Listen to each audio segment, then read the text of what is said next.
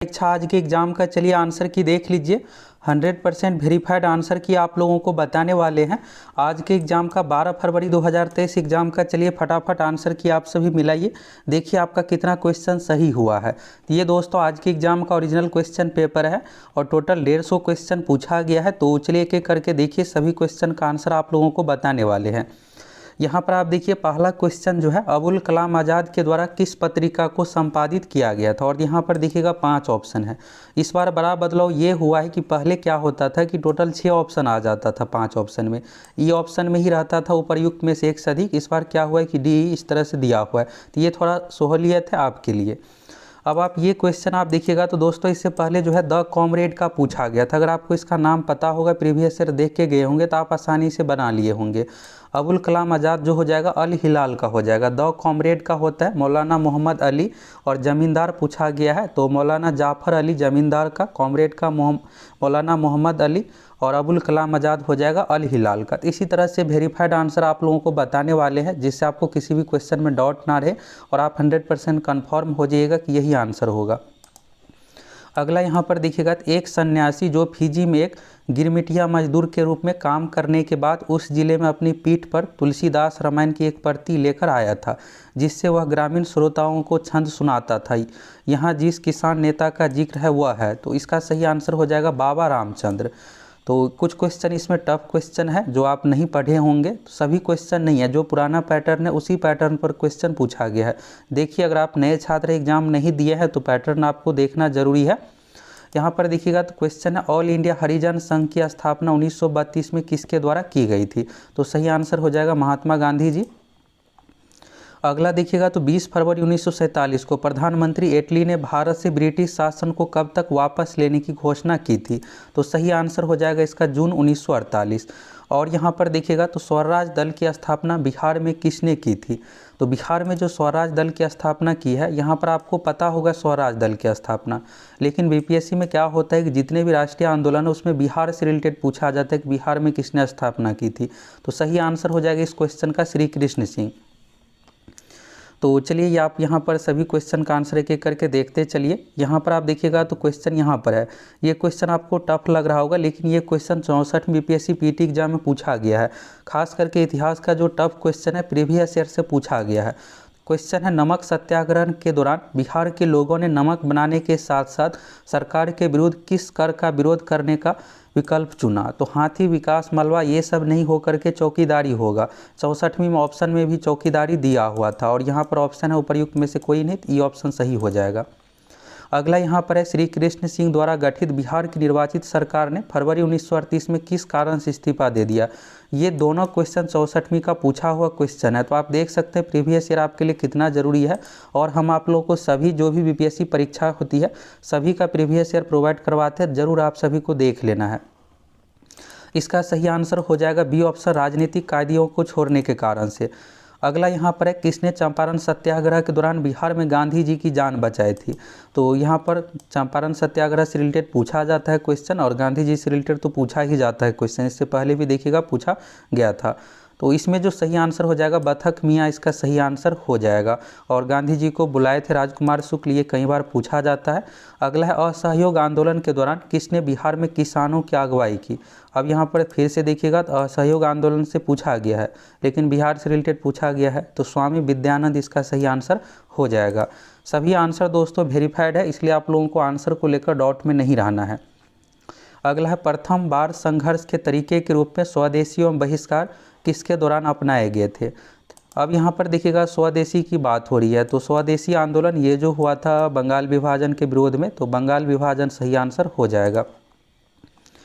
अगला यहाँ पर देखिएगा, 1906 में आयोजित भारतीय राष्ट्रीय कांग्रेस आईएनसी के कलकत्ता अधिवेशन में भारत के लिए स्वराज का झंडा किसके द्वारा फहराया गया था। तो ये भी आपसे पूछा जाएगा कि 1906 में भारतीय राष्ट्रीय कांग्रेस की सम्मेलन कहाँ हुआ था, तो अधिवेशन कहाँ हुआ था, तो कलकत्ता में। और झंडा जो फहराया था दादा भाई नौरोजी। इससे पहले आप देखिएगा तो दूसरा यहाँ पर पिछले साल भी इससे रिलेटेड पूछा गया था, स्टुटगार्ट से रिलेटेड कहाँ फहराया गया था, तो मैडम भिखाजी कामा ने कहाँ फहराया था, ये पूछा गया था। अगला यहाँ पर है, स्वतंत्रता संग्राम के दौरान भारतीय राज्यों कश्मीर निजाम के हैदराबाद त्रावणकोर आदि जैसे भारतीय शासकों द्वारा शासित राज्यों में एक समांतर आंदोलन शुरू किया गया था, उनका नाम था। तो इसका जो नाम था दोस्तों प्रजा मंडल आंदोलन। राज्य जन आंदोलन नहीं होगा, स्वराज तो आपको क्लियर ही होगा, इससे रिलेटेड नहीं है, तो प्रजा जन आंदोलन इसका सही आंसर है।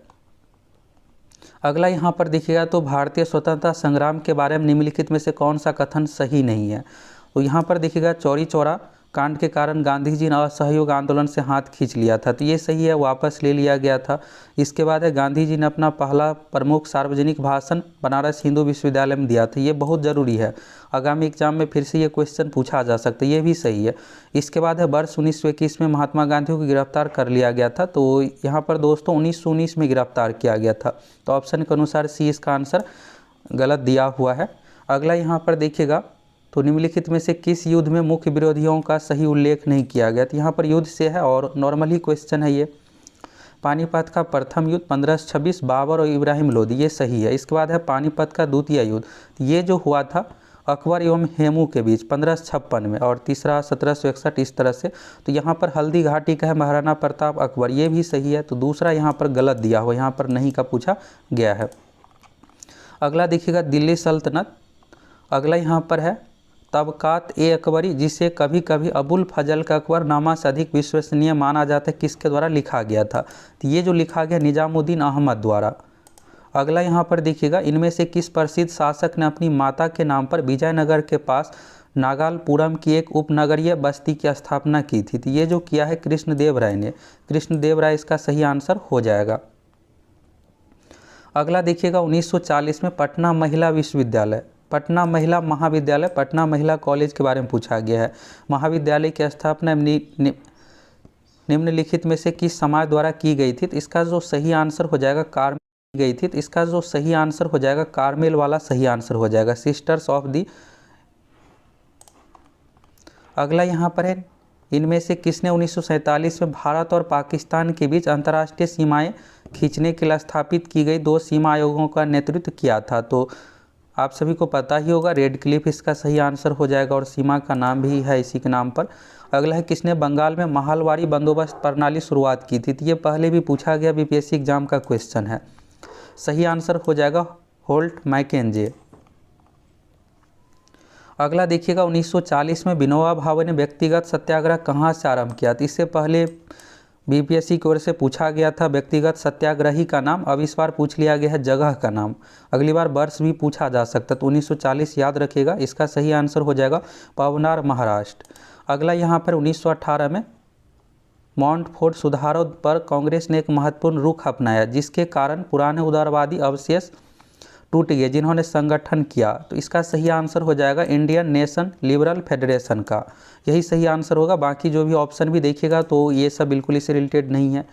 अगला यहाँ पर देखिएगा कैबिनेट मिशन निम्नलिखित में से किसके लिए भारत भेजा गया था। तो यहाँ पर है ऑप्शन देखिएगा तो यहाँ पर जो सही हो जाएगा दूसरा नंबर वाला, सत्ता के हस्तांतरण के लिए एक संवैधानिक व्यवस्था तैयार करने के लिए। ये जिन्ना वाला नहीं होगा, पाकिस्तान के लिए जिन्ना की मांग के ब्यौरों पर काम करने के लिए। 2 सही है, तो यहाँ पर ऑप्शन के अनुसार केवल 2 इसमें से सही हो जाएगा। अगला यहाँ पर देखिए क्वेश्चन है इनमें से किसने हुमायूं को यह प्रस्ताव दिया था। आप देखिएगा ऑप्शन, तो ऑप्शन से ही आप बना लीजिएगा, क्वेश्चन भले टफ है लेकिन यहाँ पर बन जाएगा। हुमायूं को यह प्रस्ताव दिया था कि यदि उसे बंगाल पर अधिकार करने दिया गया तो वह बिहार को समर्पित कर देगा और 10 लाख दिनार की वार्षिक श्रद्धांजलि अर्पित करेगा। तो ये हो जाएगा शेर खान यानी शेर शाह सूरी। अगला यहाँ पर है विक्रमशिला विश्वविद्यालय किनके द्वारा स्थापित किया गया था। तो ये जो किया गया था धर्मपाल द्वारा, धर्मपाल इसका सही आंसर हो जाएगा। अगला है यहाँ पर इनमें से बिहार के प्रथम राज्यपाल कौन थे। तो आपको ये लग रहा होगा कि याद जो किए हैं जयराम दास दौलत राम, लेकिन यहाँ पर ऑप्शन कुछ और है। तो यहाँ पर दोस्तों पूछा गया है प्रथम राज्यपाल, ये नहीं पूछा गया है कि आज़ादी के बाद।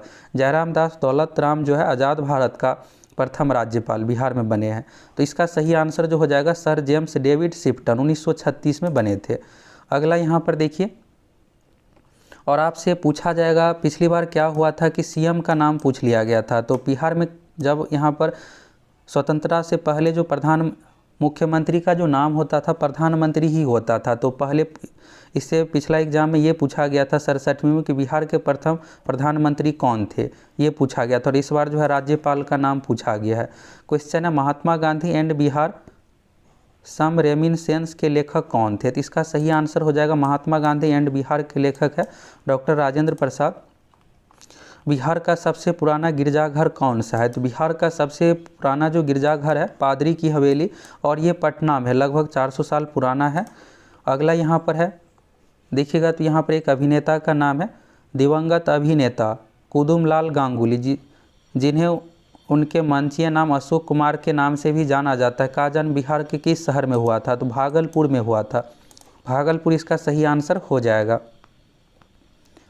अगला देखिएगा, प्राचीन काल में गंगा के दक्षिण क्षेत्र को क्या कहा जाता था, तो कहा जो जाता था दोस्तों मगध कहा जाता था, लेकिन ऑप्शन में नहीं है यहाँ पर मगध। अगला है, भारतीय उपमहाद्वीप में लोहे का प्रयोग कब शुरू हुआ था, तो लोहे का जो प्रयोग शुरू हुआ था 3000 साल पहले, लेकिन ऑप्शन में नहीं है। तो आपको लग रहा होगा 6000 होना चाहिए, तो यहाँ पर एक ऑप्शन ई भी है, तो इस कारण से यहाँ पर ये ऑप्शन सही हो जाएगा।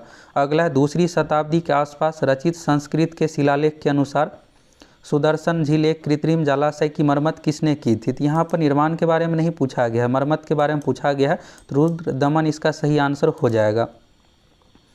अगला है, झांसी के पास देवगढ़ की मंदिर और इलाहाबाद के पास गढ़वा मंदिर में बनी मूर्तियाँ किस कला के महत्वपूर्ण अवशेष है, तो ये जो हो जाएगा गुप्त कला, गुप्त वंश से संबंधित है। अगला यहाँ पर देखिएगा, निम्नलिखित में से किस केंद्रीय मंत्रालय ने हाल ही में 2022 में युवा 2.0 योजना का शुभारंभ किया है, ये जो शुरू किया गया है शिक्षा मंत्रालय द्वारा। यहाँ पर योजना से रिलेटेड, अब यहाँ करेंट अफेयर्स का क्वेश्चन देखिए, करेंट अफेयर्स का भी अच्छे लेवल का क्वेश्चन पूछा गया है। यहाँ पर देखिएगा तो सभी लेटेस्ट ही पूछा गया, पुराने नहीं है, नवंबर दिसंबर तक का आप देखिएगा तो इस तरह से पूछा गया है। क्वेश्चन है, गृह मंत्रालय नवंबर 2022 को देश की कितनी भाषाओं की फील्ड वीडियोग्राफी के साथ भारतीय मातृभाषा सर्वेक्षण यानी MTSI कार्य को पूरा किया है, तो ये जो है 576 भाषा में। अगला यहाँ पर है, निम्नलिखित में से किस समिति ने, इस बार देखिएगा दोस्तों तो ऑप्शन के अनुसार यहाँ पर बनाना थोड़ा आसान था, इसलिए था कि 3 ही ऑप्शन यहाँ पर आंसर वाला है और बहुत कम ही क्वेश्चन का आंसर ई ऑप्शन या फिर डी है। अब 3 में से आपको एक छांटना है, तो ऑप्शन के अनुसार भी आप छांट सकते हैं। तो यहाँ पर देखिएगा तो इसका जो सही आंसर हो जाएगा किरीट पारिक समिति। क्वेश्चन है, 1 जनवरी 2026 से पूर्ण मूल्य निर्धारण स्वतंत्रता की सिफारिश करते हुए गैस मूल्य निर्धारण पर एक रिपोर्ट प्रस्तुत की है। अब यहाँ पर देखिएगा तो क्वेश्चन जो है यहाँ पर, निम्नलिखित में से किस शहर को स्वच्छ सर्वेक्षण 2022 के अनुसार 5 सितारा कचरा मुक्त शहर रैंक से सम्मानित नहीं किया गया है, इसमें से सूरत, भोपाल, नवी मुंबई सभी को सम्मानित किया गया है, इसलिए इसका सही आंसर हो जाएगा ई ऑप्शन। क्वेश्चन है, प्रधानमंत्री ने निम्नलिखित में से किस स्थान पर पहला ग्रीनफील्ड हवाई अड्डा डोनी पोलो हवाई अड्डे का उद्घाटन किया है, तो ये जो उद्घाटन किया गया है ईटानगर सही आंसर हो जाएगा, अरुणाचल प्रदेश में। अगला यहाँ पर है, किस जानवर को नवंबर 2022 में भारतीय खाद्य सुरक्षा मानक प्राधिकरण द्वारा एक खाद्य पशु के रूप में अनुमोदित किया गया है, तो ये हाल ही करेंट अफेयर से रिलेटेड है, हिमालयी याक इसका सही आंसर हो जाएगा। अगला है, भारत का पहला फ्लोटिंग वित्तीय साक्षरता शिविर हाल ही में इंडियन पोस्ट पेमेंट बैंक द्वारा निम्नलिखित में से किस स्थान पर आयोजित किया गया था, तो सही आंसर हो जाएगा इसका श्रीनगर, जम्मू कश्मीर। अगला यहाँ पर क्वेश्चन देखिएगा, भारत के राष्ट्रपति ने निम्नलिखित में से किस IIT में परम कामरूप सुपर कंप्यूटर सुविधा का उद्घाटन किया है, तो ये जो उद्घाटन किया गया गुवाहाटी में, गुवाहाटी इसका आंसर हो जाएगा। अगला यहाँ पर देखिए, 8 अक्टूबर 2022 को मनाए गए 9वें भारतीय वायुसेना दिवस पर 80 वायुयानों के घंटे घर का हवाई प्रदर्शन निम्नलिखित में से किस स्थान पर आयोजित किया गया था, तो ये जो आयोजित किया गया था चंडीगढ़ में, सुखना झील सही आंसर हो जाएगा। अगला है, भारत सरकार के पोषण अभियान के तहत वर्ष के महीने को राष्ट्रीय पोषण माह या नेशनल न्यूट्रिशन मंथ के रूप में मनाया जाता है, तो ये जो है 1 से 7 सितंबर के बीच में, सितंबर महीना इसका सही आंसर हो जाएगा। अगला देखिएगा तो, चीन के तियायोंग अंतरिक्ष स्टेशन के हाल ही में लॉन्च किए गए अंतिम मॉड्यूल का नाम क्या है, तो तियानवे इसका सही आंसर हो जाएगा, तियानवे है। अगला है, निम्नलिखित में से कौन सा विश्व का सबसे बड़ा ज्वालामुखी जो पिछले 38 वर्षों में पहली बार फूटा था, तो मोना लोआ इसका सही आंसर हो जाएगा, मोना लोआ अमेरिका में है। अगला है, इनमें से किसे हाल ही में उनके उपन्यास the Seven Moons of Maali Almeida के लिए 2022 का बुकर पुरस्कार मिला है? तो फेमस क्वेश्चन है, सेहना करुणा तिलक इसका सही आंसर हो जाएगा। अगला क्वेश्चन है विश्व अंतरिक्ष सप्ताह। अब पहले क्या होता था दोस्तों कि इस तरह का क्वेश्चन आप देखिएगा तो नहीं के बराबर एग्जाम में पूछा जाता था, हार्ड क्वेश्चन थीम में पूछा जाता था, जल दिवस, पृथ्वी दिवस, ये सब चीज़ों का, स्वास्थ्य दिवस, महिला दिवस का। अब इस बार अंतरिक्ष दिवस का यहाँ पर थीम पूछा गया, तो अंतरिक्ष और निरंतरता इसका सही आंसर हो जाएगा, यानी स्थिरता। अगला है निम्नलिखित में से किस लैबोरेटरी ने दिसंबर 2022 में एक ऐतिहासिक नाभिक के संलयन सफलता का दावा किया था? तो ये जो है नासा से रिलेटेड यहाँ पर है, तो सही आंसर हो जाएगा इसका लॉरेंस लिवरमोर नेशनल लैबोरेटरी। अगला यहाँ पर है कोलिन्स डिक्शनरी का वर्ड ऑफ द ईयर 2022 निम्नलिखित में से कौन सा है? तो पहले क्या होता था कि ऑक्सफोर्ड का पूछा जाता था, इस बार कोलिन्स डिक्शनरी का पूछा गया है। तो परमैसिरिस इसका सही आंसर हो जाएगा, फर्स्ट ऑप्शन। अगला है निम्नलिखित में से किस देश ने सेनेगल के साथ मिलकर COP27 के दौरान अंतर्राष्ट्रीय सूखा लचीलापन गठबंधन का शुभारंभ किया है? तो ये जो शुरू किया है स्पेन इसका सही आंसर हो जाएगा। अगला क्वेश्चन यहाँ पर देखिए, भारत में पहली बार किस देश के दूतावास ने निहोन्सू के लिए जीआई टैग के लिए आवेदन किया था? तो जीआई टैग के लिए 2 क्वेश्चन पूछा गया, एक बिहार से रिलेटेड भी आगे है, आसानी क्वेश्चन होगा, आप सभी बना ही लिए होंगे। तो जापान इसका सही आंसर हो जाएगा। निहोन्सू एक पेय पदार्थ है। अगला यहाँ पर क्वेश्चन है निम्नलिखित में से किस अंतरिक्ष एजेंसी ने यह घोषणा की है कि उसे अपने इक्यूलेस अंतरिक्ष यान को आगे बढ़ाने के लिए भाप का सफलतापूर्वक उपयोग किया है? तो ये जो है जापान से रिलेटेड है, जाक्सा इसका सही आंसर हो जाएगा। अगला है अक्टूबर 2022 में लॉन्च किए गए टेस्ला ह्यूमनॉइड रोबोट का अन्य नाम क्या है? तो ऑप्टिमस इसका सही आंसर हो जाएगा, ऑप्टिमस नाम है।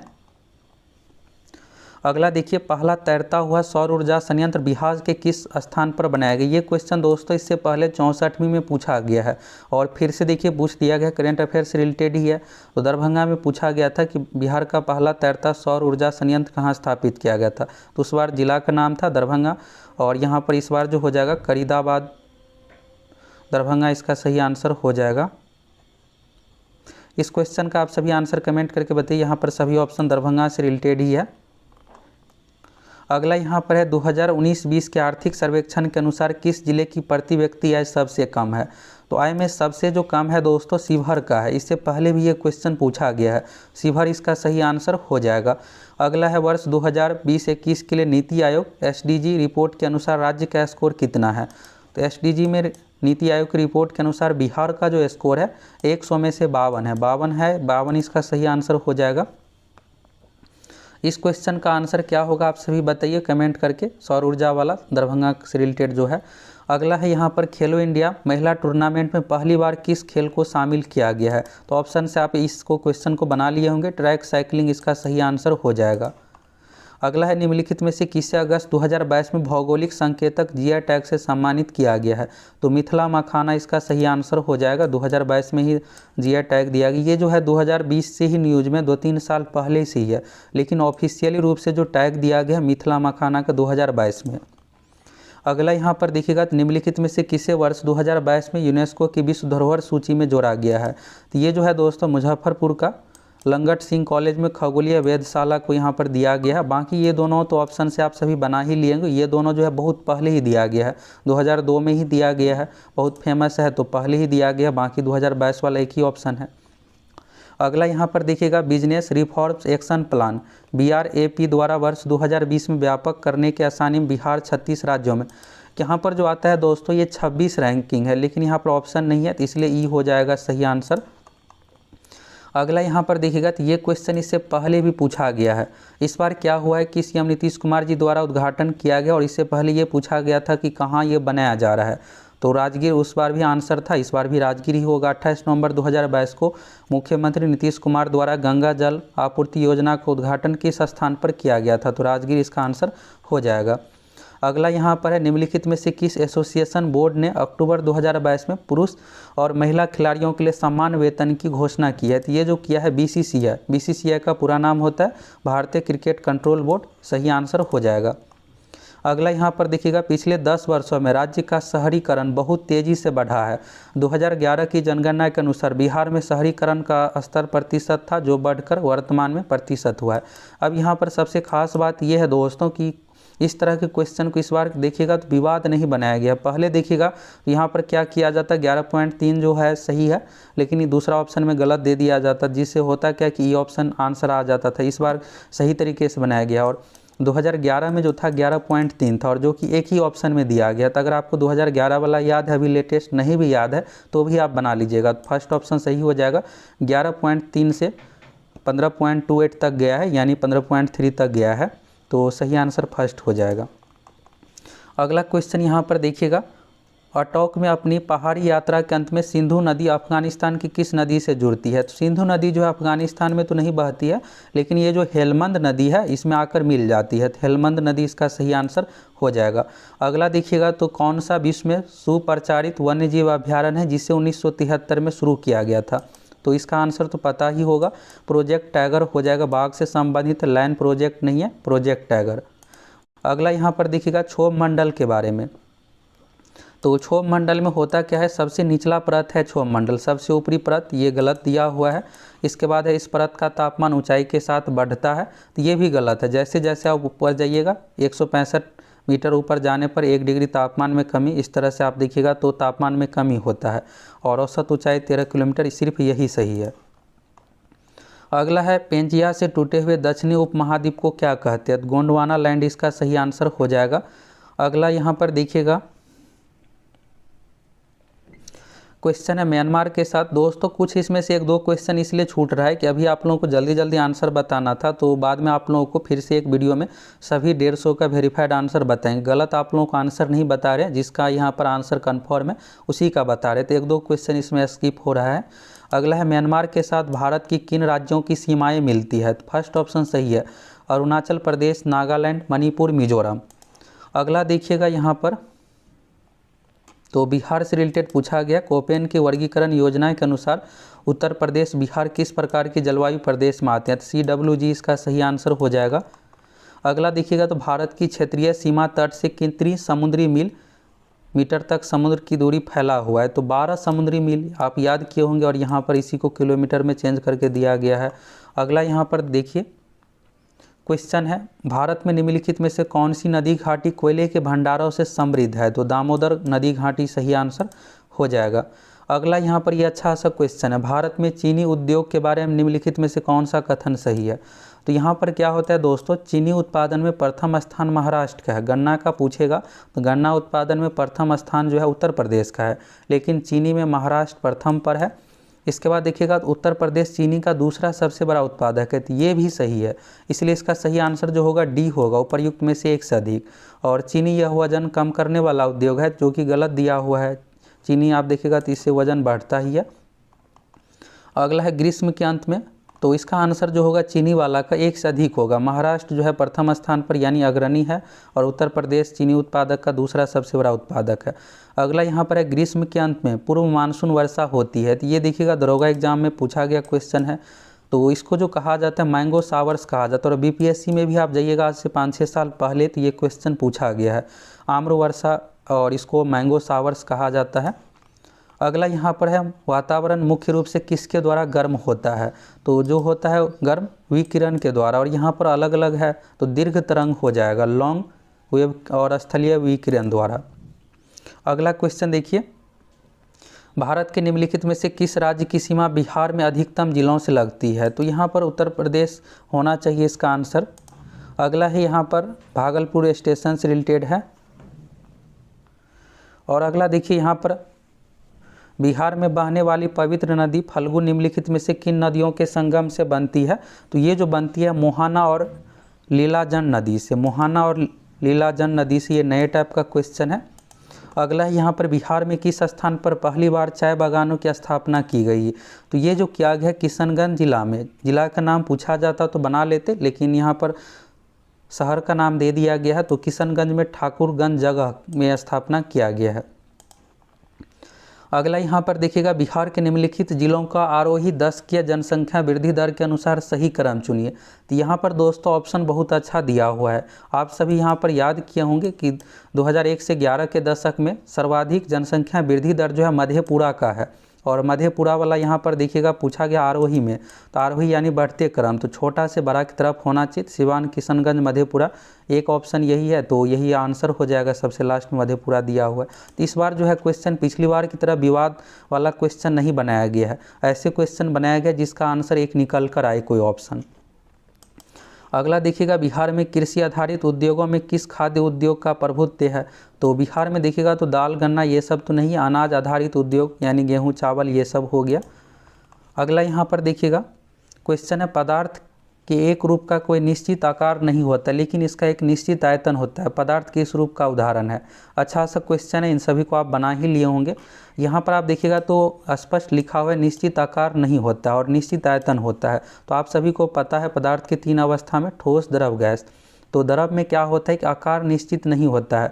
अगर मिट्टी का तेल अगर आप इसको बाल्टी में रखिएगा, किस दूसरे अलग अलग अगर बर्तन में रखते हैं तो उस अनुसार इसका शेप हो जाएगा, लेकिन इसका आयतन निश्चित होता है। अगर मिट्टी का तेल 1 लीटर है तो हमेशा 1 लीटर ही रहेगा, चाहे आप इसको प्लास्टिक के बोतल में रखिए या फिर बाल्टी में, कुछ भी चीज़ें में रखिए। तो मिट्टी का तेल इसका आंसर हो जाएगा। क्रिप्टन नहीं होगा, कार्बन स्टील तो ठोस हो गया, तो मिट्टी का तेल आंसर होगा। तो इस तरह से पूछा गया है। अगला यहाँ पर है, कुछ धातु ऑक्साइड अम्ल और क्षार के साथ अभिक्रिया कर नमक और पानी बनाते हैं, इन्हें उभयधर्मी ऑक्साइड कहते हैं। तो उभयधर्मी ऑक्साइड का उदाहरण है, तो ये कई बार क्वेश्चन पूछा गया है।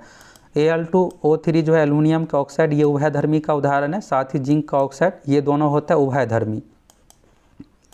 अगला यहाँ पर देखिएगा, कौन सी गैस अपने ग्रीन हाउस प्रभाव से ग्लोबल वार्मिंग में योगदान करती है। तो ये बीपीएससी में हर बार ये क्वेश्चन पूछा ही जाता है, 64वीं 65वीं हर बार। यहाँ पर देखिएगा तो ग्रीन हाउस गैस प्रभाव का मुख्य गैस नहीं पूछा गया आपसे, यहाँ पर पूछा गया कौन योगदान करती है। तो उपर्युक्त में से एक से अधिक इसका आंसर हो जाएगा। सभी है, nitrous oxide, methane, carbon dioxide. अगर मुख्य रूप से पूछा जाएगा तो कार्बन डाइऑक्साइड इसका आंसर होगा। तो योगदान जो है सभी का है। अगला यहाँ पर देखिएगा, अम्ल धातु कार्बोनेट से अभिक्रिया कर गैस मुक्त करती है, तो कार्बन डाइऑक्साइड मुक्त करती है, CO2 इसका सही आंसर हो जाएगा। अब यहाँ पर देखिएगा ऑक्जेलिक अम्ल का सूत्र दिया हुआ है। तो ऑक्जेलिक अम्ल का जो सूत्र होता है दोस्तों C2H2 और O4 होता है। तो यहाँ पर अब ऑप्शन में आप ढूंढिए। यहाँ पर देखिएगा तो 4 O है, यहाँ पर डबल O हो गया, यहाँ पर डबल O हो गया। C यहाँ पर कितना है तो 2 है, और H भी यहाँ पर 2 है। तो ऑक्जेलिक अम्ल का सूत्र है। अगला यहाँ पर देखिएगा, आपको 3 परखनलियाँ दी गई। अब इस तरह के क्वेश्चन में आपको भाषा पर नहीं जाना है, सीधा लास्ट में आना है। यहाँ पर पूछा क्या जा रहा है, तो क्वेश्चन देखिए अच्छा सा है। आपको 3 परखनलियाँ दी गई है, उनमें से एक में आसूत जल और अन्य 2 में से एक में अम्लीय विलयन तथा दूसरे में क्षारीय विलयन है। इनमें से किस में लाल लिटमस नीला हो जाएगा। तो अम्ल क्या करता है, लाल लिटमस को नीला कर देता है। सॉरी दोस्तों, यहाँ पर जो है अम्ल जो है नीला लिटमस को लाल करता है, और क्षार जो है लाल लिटमस को नीला करेगा। तो क्षार इसका सही आंसर हो जाएगा। क्षार का जो काम होता है लाल लिटमस को नीला करना, और अम्ल का काम होता है नीला लिटमस को लाल करना। तो क्षार इसका सही आंसर हो जाएगा। अगला यहाँ पर एसिटिक अम्ल की गंध किसके समान होती है। तो सिरका जो है एसिटिक अम्ल है, तो सिरका इसका सही आंसर हो जाएगा। अब यहाँ पर देखिए क्वेश्चन है, शुष्क HCl यानी हाइड्रोक्लोरिक अम्ल या गैस आप शुष्क लिटमस पत्र का रंग क्यों नहीं बदलती है। तो ये जो है जल के कारण से ऐसा होता है। तो HCl गैस निर्जलीकरण एजेंट के रूप में कार्य करती है। अगला यहाँ पर विषम का पता लगाए, कोयले का जलना, फल का पकना, सीमेंट की सेटिंग। तो इसमें से जो है सीमेंट की सेटिंग हो जाएगा विषम का पता। यहाँ पर देखिएगा तो ये भौतिक रासायनिक परिवर्तन से रिलेटेड है। कोयले का जलना रासायनिक हो गया, फल का पकना भी, ये वापस नहीं मिल सकता है। अगला है, हीरा और ग्रेफाइट के बारे में कौन सा कथन सत्य है। तो इनके पास समान क्रिस्टल संरचना है, तो ये गलत है, अलग अलग शेप का होता है। इसके पास समान डिग्री की कठोरता है, दोनों का ये भी अलग है, और इनकी विद्युत चालकता समान होती है। तो इसमें देखिएगा ग्रेफाइट जो है सुचालक यानी गुड कंडक्टर है, और हीरा जो होता है कुचालक होता है। तो ये भी सही नहीं है, तो उपर्युक्त में से कोई नहीं इसका सही आंसर हो जाएगा। अगला यहाँ पर क्वेश्चन देखिए, किसमें अगला है यहाँ पर, क्लोरोफिल सूर्य के प्रकाश के तरंग दैर्ध्य को अवशोषित करता है। तो क्लोरोफिल जो है लाल और नीले रंग को अवशोषित करता है, तो लाल और नीला इसका सही आंसर हो जाएगा।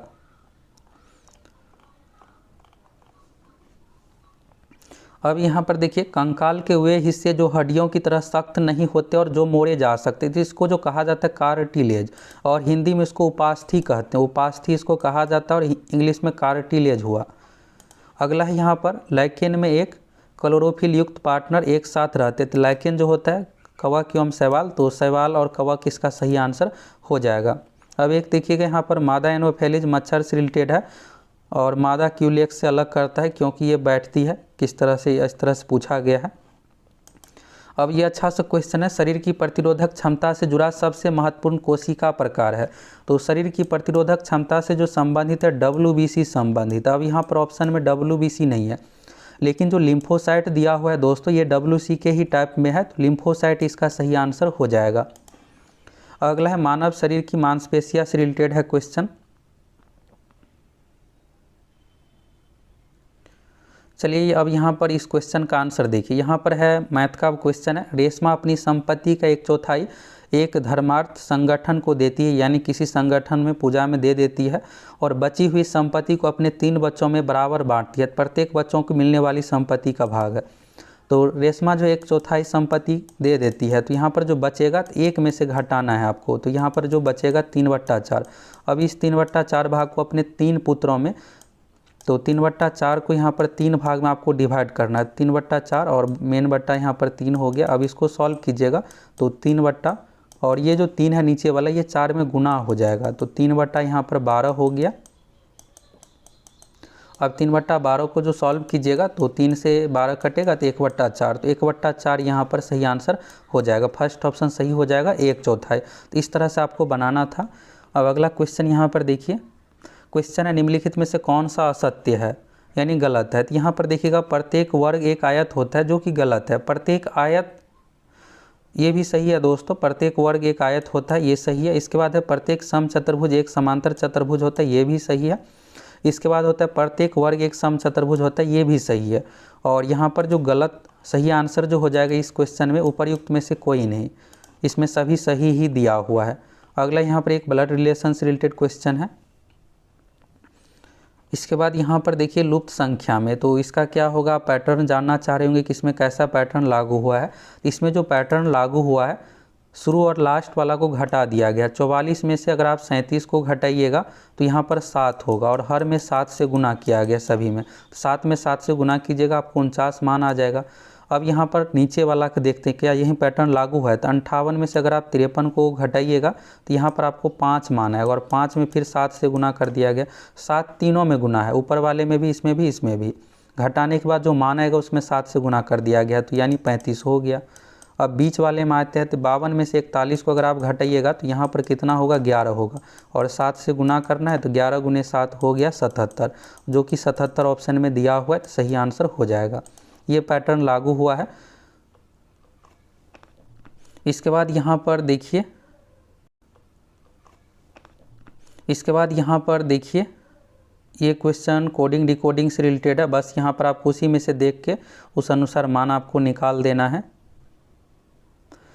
यहाँ पर देखिएगा तो एक आयत का क्षेत्रफल है, तो ऐसे क्वेश्चन को आप बनाइएगा नहीं, ऑप्शन से बनाइएगा। यहाँ पर अगर आप 5, 6 लेते हैं तो 30 होता है, और आयत का परिमाप होता है 3 × लंबाई प्लस चौड़ाई। 5 + 6 11 हो गया, 2 से गुना कीजिएगा 22 नहीं आता है। फिर इसमें भी चेक कीजिएगा, नहीं आएगा। 10 3 को अगर आप दीजिएगा तो संतुष्ट हो जाता है। आयत का क्षेत्रफल है लंबाई गुने चौड़ाई, तो 10 × 3 हो गया यहाँ पर 30, और इसके बाद परिमाप होता है 2 × लंबाई प्लस चौड़ाई, तो 10 + 3 यहाँ पर 13 हो गया। 13 में 2 से गुना कीजिएगा 26, यानी आ गए, ये संतुष्ट हो रहा है, यही आंसर हो जाएगा। अब चलिए अगला क्वेश्चन यहाँ पर देखिए। अभी दोस्तों जल्दी में आप लोगों को आंसर बताना था, इसलिए सभी 150 क्वेश्चन नहीं है, कुछ क्वेश्चन को स्किप किए हैं। अभी जितना का आंसर आप लोगों को बताया है सभी वेरीफाइड आंसर है, और यहाँ पर आप लोगों को नेक्स्ट वीडियो में 1 से लेकर के 150 तक सभी क्वेश्चन का आंसर कंफर्म वेरीफाइड होकर डिस्कशन के साथ बताने वाले हैं। तो अगर आप सभी चैनल पर नए हैं, फटाफट चैनल को सब्सक्राइब कर लीजिए। यहाँ पर इस क्वेश्चन का आंसर देखिए। और जो है 69वीं बीपीएससी पीटी का भी डेट आ गया है, 30 सितंबर 2023 को परीक्षा ली जाएगी, तो अभी से आपको तैयारी में लग जाना है। आज ही परीक्षा बीपीएससी पीटी की परीक्षा जैसे ही कंप्लीट हुआ, इसके बाद चेयरमैन सर की ओर से डेट का घोषणा कर दिया गया, तो आप सभी अभी से तैयारी में लग जाइए, और हम आप लोगों को तैयारी भी करवाएंगे। यहाँ पर देखिएगा तो जो संबंधित है, रजत क्रांति तो आपको जरूर याद होगा, अंडा उत्पादन से संबंधित है। ये हो गया। सी का 3 देखिएगा तो सिर्फ फर्स्ट ऑप्शन में है। तो ए का 4 धूसर क्रांति उर्वरक यानी खाद से संबंधित है, इसको भूरी क्रांति भी कहा जाता है। इसके बाद हो जाएगा गुलाबी क्रांति प्याज उत्पादन से। इसके बाद है रजत क्रांति अंडा उत्पादन से। लाल क्रांति टमाटर और मांस उत्पादन से। इस तरह से ये ऑप्शन सही हो जाएगा। अगला क्वेश्चन देखिएगा, तो निम्नलिखित में से कौन सी पंचवर्षीय योजना मानव संसाधन विकास पर केंद्रित था। तो ये जो है दोस्तों 7वीं 8वीं इससे रिलेटेड है। प्रथम तृतीय पंचम तो बिल्कुल भी नहीं है। 5वीं गरीबी से संबंधित है। तो इसका सही आंसर हो जाएगा ये ऑप्शन, उपर्युक्त में से कोई नहीं। अगला यहाँ पर देखिएगा, भारत के निम्नलिखित में से किस राज्य ने अप्रैल से सितंबर 2022 के दौरान उच्चतम प्रत्यक्ष विदेशी निवेश FDI। तो अब यहाँ पर FDI देखकर ही आपको लग रहा होगा कि कौन सा राज्य होगा। तो गुजरात इसका सही आंसर हो जाएगा। अगला यहाँ पर क्वेश्चन देखिए, क्वेश्चन है किस बजट में वित्त मंत्री ने उदारीकृत विनिमय दर प्रबंध प्रणाली की घोषणा की। अब यहाँ पर उदारीकरण देखकर आपको यहाँ से अच्छे समझ में भी आ गया होगा कौन सा होगा। तो यूनियन बजट 1992 से 93 में ये किया गया है घोषणा। अगला यहाँ पर है पंचवर्षीय योजना के उद्देश्य निम्नलिखित में से कौन से थे। तो यहाँ पर देखिएगा दोस्तों, साहित्य जो ऑप्शन में दिया हो ये बिल्कुल भी नहीं होगा। साहित्य से संबंधित तो है ही नहीं। विकास, आधुनिकरण, आत्मनिर्भरता ये सब हो सकता है। अब आप ऑप्शन में आइएगा तो सभी ऑप्शन में क्या है कि 4 है, यहाँ भी है, यहाँ भी है, यहाँ भी है। अब ये सब होगा ही नहीं। तो अब बचता कौन है, ई ऑप्शन बचता है, उपर्युक्त में से कोई नहीं। ई ऑप्शन इसका सही आंसर हो जाएगा। अगला है गरीबी रेखा को निर्धारण करने के लिए कौन सा संगठन सर्वेक्षण करता है। संगठन का सर्वेक्षण पूछा गया तो NSSO ये करता है। तो NSSO इसका सही आंसर हो जाएगा। अब लास्ट क्वेश्चन है, ये आंसर आप लोगों को टफ लगा होगा, यहाँ पर बिल्कुल टफ क्वेश्चन है। भारत का व्यापार संतुलन माल और सेवा मर्चेंडाइज और सर्विस का पूछा गया, दिसंबर 2022 अनंतिम के लिए है। तो ये जो है दोस्तों इसमें घाटा हुआ है। यहाँ माइनस का मतलब घाटा हुआ, प्लस का मतलब लाभ हुआ। तो 11.98 अरब अमेरिकी डॉलर इसका सही आंसर सी ऑप्शन हो जाएगा। आप लोग दोस्तों कमेंट करके बताइए आप लोगों का एग्ज़ाम कैसा गया, कितना क्वेश्चन आपका सही हुआ, फटाफट कमेंट करके बताइए। और आप सभी 69वीं BPSC PT एग्ज़ाम के लिए तैयार हो जाइए। 30 सितंबर 2023 डेट आ गया है। तो अभी से आप लोगों को सीरियस रूप से तैयारी में लग जाना। आज ही चेयरमैन सर की ओर से ये डेट घोषित कर दिया गया है और कब विज्ञापन आएगा, कितने सीटों पर, सभी चीज़ों को लेकर आप लोगों को वीडियो बना कर देंगे। अगर आप सभी चैनल पर नए हैं फटाफट चैनल को सब्सक्राइब कीजिए, जुड़ जाइए।